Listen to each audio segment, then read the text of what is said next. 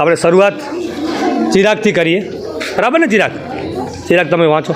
ગુજરાત અને સૌરાષ્ટ્રના સીમાડે અડીને ભાલ અને કનેર પંથક પાકદીપને પથરાયેલ છે. કુદરતની અમીર દ્રષ્ટિ ઓછી હોવાના કારણે એના માટે આદિકાળથી એક કહેવત કહેવાની આવી છે, કપાળમાં ઉગે વાળ ને ભાલમાં ઉગે ઝાડ.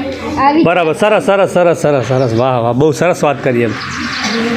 કપાળમાં ઉગે વાળ અને ભાલમાં ઉગે ઝાડ. સરસ. ચલો સુહાનીબેન શરૂ કરો.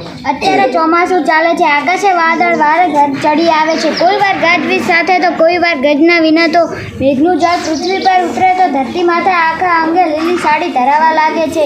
પક્ષીગાન તથા ડેડકા અને તમરાના તીણા સ્વરૂપથી મેઘનું સ્વાગત દિવસ રાત થઈ રહ્યું છે. વાહ વાહ, સરસ, ખૂબ ખૂબ ધન્યવાદ સુહાનીબેન. ચલો સોનલબેન તમે વાંચો. છોટું કેટલી વાર તને ત્યાં ન જવા માટે ટોક્યો તો પપ્પા કેમ રોજ રોજ ત્યાં જાય છે?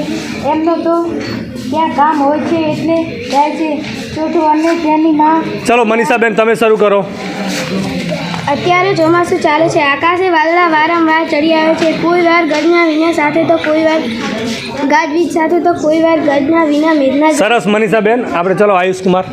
પોતાનું નામ સાંભળે અને હંમેશા ભીખુ પાપા મનમાં મૂંઝાય એની કોઈએ એનું આવું નામ શું જોઈને પાડ્યું છે? ખરાબ નામ પાપા કે તો કોઈનું નામ. સરસ આયુષ કુમાર. ભીખુ પાપક અને પોતાનું નામ ન ગમવું એ પણ આપણે જોયું. અને અત્યારે રોહિત કુમાર ધોરણ 6. ચલો રોહિત શરૂ કરો. મને એકવાર આજની થઈ હતી. 2-3 દિવસ મેં કંઈ ઈલાજ કર્યો નહીં.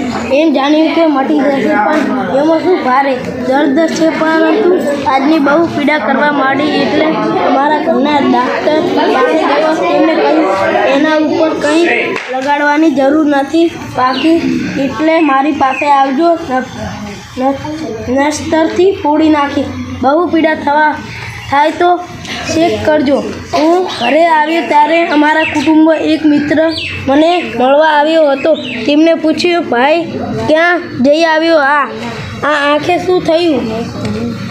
મેં ઉત્તર દીધો, આજની થઈ છે માટે ડૉક્ટર પાસે ગયો હતો, પણ ડૉક્ટર કહે છે. સરસ રોહિત કુમાર. પરોપકારી મનુષ્ય બનવું એ પણ બહુ મોટી વાત છે. આપણી સાથે પ્રજાપતિ ચિરાગ કુમાર છે. કેમ છો ચિરાગ? મજામાં. વાંચશો ને? શરૂ કરો. ગુજરાત અને સૌરાષ્ટ્ર સીમાડાના અડીને ભાલા અને કનેર પંથક પકડાયેલી છે. કુદરતી અમીર દ્રષ્ટિ ઓછી હોવાના કારણે એના માટે આદિકાળથી એક કહેવત કહેવાતી આવી છે.